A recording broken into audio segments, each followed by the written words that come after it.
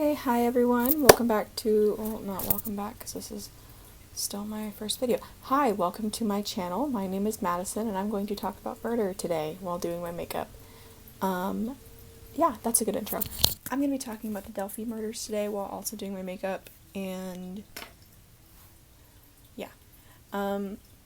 So, to begin, the Delphi murders took place on February 13th in 2017 in Delphi, Indiana. Or Delphi, I guess it's Delphi because it's named after the Greek Oracle of Delphi. Delphi. Great start. The two victims were named Abigail Williams and Abby Williams and 14-year-old Liberty Libby German. So they were two 8th graders. On February 13th, 2017, the two girls were dropped off at a trailhead in Delphi, and they were just gonna spend the day hiking and like walking around, just doing stuff you do when you're 13 because you can't drive. I guess there's not a whole lot to do in Indiana in February, so they were gonna walk around. They were gonna just like have fun, and so they were supposed to meet the sister back at a different trailhead or at 5:30 on the same day. And when she pulled up, she was looking for them. She waited for them. They never showed at the designated meeting point, so they were reported missing because they didn't know where they were. And then the next day, on February 14th, 2017, the two girls' bodies were found near about 50 yards away from like Deer Creek, which is kind of in the general area of where they were. Their cause of murder has never been established. I don't really know exactly why. I have a theory or two, but I can get into that later on why they haven't told anyone like what happened to them. The only like real evidence we have or that we are aware of, because the town has kept it pretty like quiet on what's going on. They have like the sheriff has been really good about keeping all of the evidence to themselves, which I think it's really good for them to do that, but I'll get into that later as well. But anyway, so the only evidence we really have is that the two girls were posting on their Snapchat stories the day of their disappearance / murder, and in the background of one of the videos we have is a man with a blue jacket and a kind of greenish gray flat hat. I guess I think that's what they're called. Flap hat? I don't remember. That is the main suspect in the murders. He is also known as BG or Bridge Guy or just, The dude. So the only evidence we have the video of him walking. There are two drawings of his face, the two sketches, and there is an audio recording taken off of Libby's phone. There was when the murder first happened, the only thing that they released, the only part of it was down the hill. It was just a man saying down the hill. And recently, within the last few months, they released a longer a longer clip of the audio where he's saying, "Guys, down the hill." And so that is all we have to go on for the suspect is just, or not all we have, because I think the police have more. They just haven't told anyone that. But that's all the public knows, pretty much. So these are fairly recent. They did happen 2 years ago, and the police are still investigating it to this day. There's a tip line, which I will put in the description, on which you can call in case you know anything, which, the only people watching this is going to be my sister. Still accepting tips for this murder. I think they are, currently investigating up to 500. There is a reward if you know anything, but still, again, I guess I'll put it in the bio, but I don't know who's gonna watch this.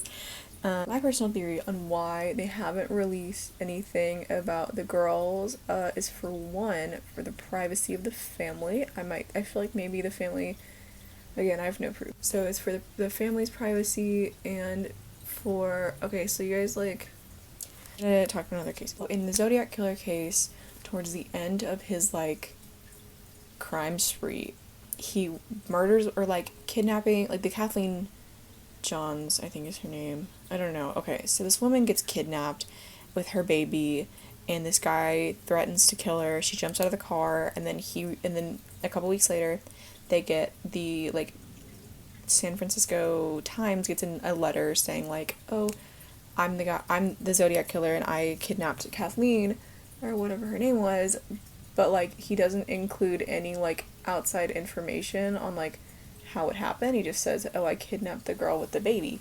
So I feel like the reason they didn't release the cause of death is because when they do get a suspect, because they knew this would be so widely covered, oh my god, I just ruined this eyeliner, because they knew it would be so widely covered that they were like, oh, and again, this is all my personal, like, thoughts. They did this so that, like, they could be, like, for sure, and because only the murderer and the police and the family know how the two girls were killed. So I feel like that was really smart. I feel like it was also very smart to, like, not release anything related to the murders just because they're underage, and it's, like, very sad, and I got concealer everywhere, and this is not going very well. And yeah, so yeah, I do think that the police has been handling this very well in the fact that they're just not letting the media in very much, which I feel like the media, like, yes, it's important that it's covered, but, like, I feel like at some point they do end up ruining the case because they just, like, you know, there's so many, like, crimes that have happened that got ruined by just, like, random people who are in the media, or, like, not even, or just, like, that's a pen. Oh my god. You know, just, like, ruining crime scenes. So I feel like they did a really good job of keeping it, like, just the police and stuff. They haven't really released a whole lot of suspects. There's only really 2 that I could find that I thought made sense. So the first one is named Thomas Bruce, and he is a pastor in or around Delphi. I can't really remember off the top of my head. And he was convicted of fatally shooting a woman and sexually assaulting 2 other ones. And he matched the description of the suspect, like, to a T. He owned the same, like, hat and blue jacket that was worn by the guy in the video, and, like, if he lived around there, he obviously didn't like women that much because he, you know, attacked 3 of them. So he is a really good suspect, in my opinion. I think if you match it and you have the same clothes, like, you're pretty close. And then the other one, Charles Eldridge, and he has 2 charges, one for child molestation and one for child solicitation, which is not a good sign in a case where 2 young girls were murdered and their cause of death hasn't been revealed yet. Match the sketch. So the problem with the sketch is that 2 different sketches were released. One where it was an older man who was, like, you know, scruffy and had, like, a beard, and he was really scruffy and he looked kind of like what you'd expect a murderer to look like. I don't really know how to explain that, other than that he just looked, I mean, you can look it up. I can put the links for the sketches in the description as well. So he looked very, like, you know, murdery. But then the second one they released was recently, like, within the last, they're still, like, following this up, so it's a pretty recent sketch. It looks just like a random, like, a normal teenage, it kind of looks like a teenager, in my opinion. It kind of looks like, I would say, a young man, like, aged, like, 16 to 20, but that's just my opinion. I'm not very good at ages. The thing with that sketch is that it could literally be anyone, because it doesn't look like a murderer, it just looks like a teenage kid. It's, like, kind of scary to think that, like, oh, this dude who, like, could just be living down the street from, like, anyone in that city did this, because it's such an awful, like, case that, like, these 2 young girls, they just wanted to, like, go out and have fun, and they just, like, you know, like, no one knows what happened to them. I was, like, thinking about how the sister dropped off her younger, so the older sister, I don't remember her name, and I didn't get it down because I'm not good at this. It's my first video, I get some slack. Like, the idea that she, like, dropped her off and, like, never saw her again is so scary, because I have a younger sister, and I could never imagine dropping off her friends somewhere only to have them be murdered. That's literally the worst thing in the world. I hate that idea. And so it's a very sad case. And also, Delphi's a pretty small town, so like, it like affected them. That's why, and very heavily, which is why they're still looking into it.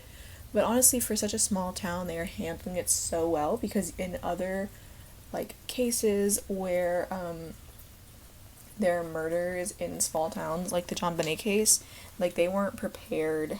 Keep putting my glasses on so I can see things.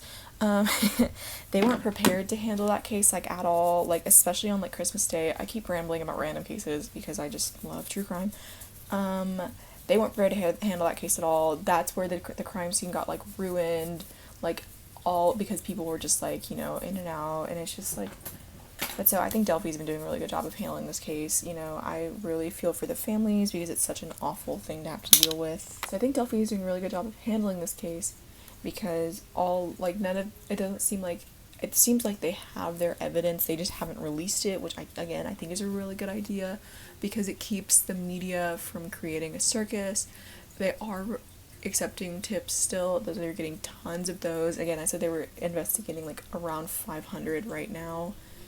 And this is again 2 years after the murder, and it does seem like it has been a long time, but I feel like 2 years compared to like most crimes like this isn't a long time at all, because like there's so many like missing cases, like the original Night Stalker, again another case that was like just solved like 4 years later.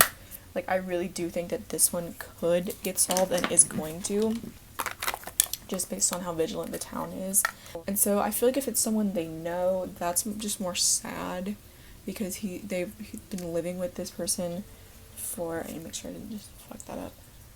They've been living in the same town as this person for 2 years now. They had always lived in the same town as this person. Like, I just want to know, like, why, I guess? Was it like, because I feel like, again, this is all my personal opinion, but I feel like a murder like this would be like an opportunity murder. I don't know what they're called. Murder of opportunity. I feel like there wouldn't have been a way for them to have known that the girls were going to be there unless they were like crazy stalking them, which I don't know. For the type of person that is the suspect, I feel like they wouldn't have known. So my camera just crashed for filming the last bit, so but yeah, I've pretty much said everything I want to say. Let me know if I've missed anything in the case. I do think it's really interesting, and I do think it's going to be solved fairly soon, if not in the next year, just based on how secretive the police have been, how many tips are being called in, how vigilant everyone in the town is about the case. I think it's going to be solved very soon, and yeah, so that was my first YouTube video. Let me know how you think it went. I don't know who's watching at this point. Comment any looks you want me to do, or cases, I guess. Yeah, bye. Is that my thing? Is that what I'm gonna do?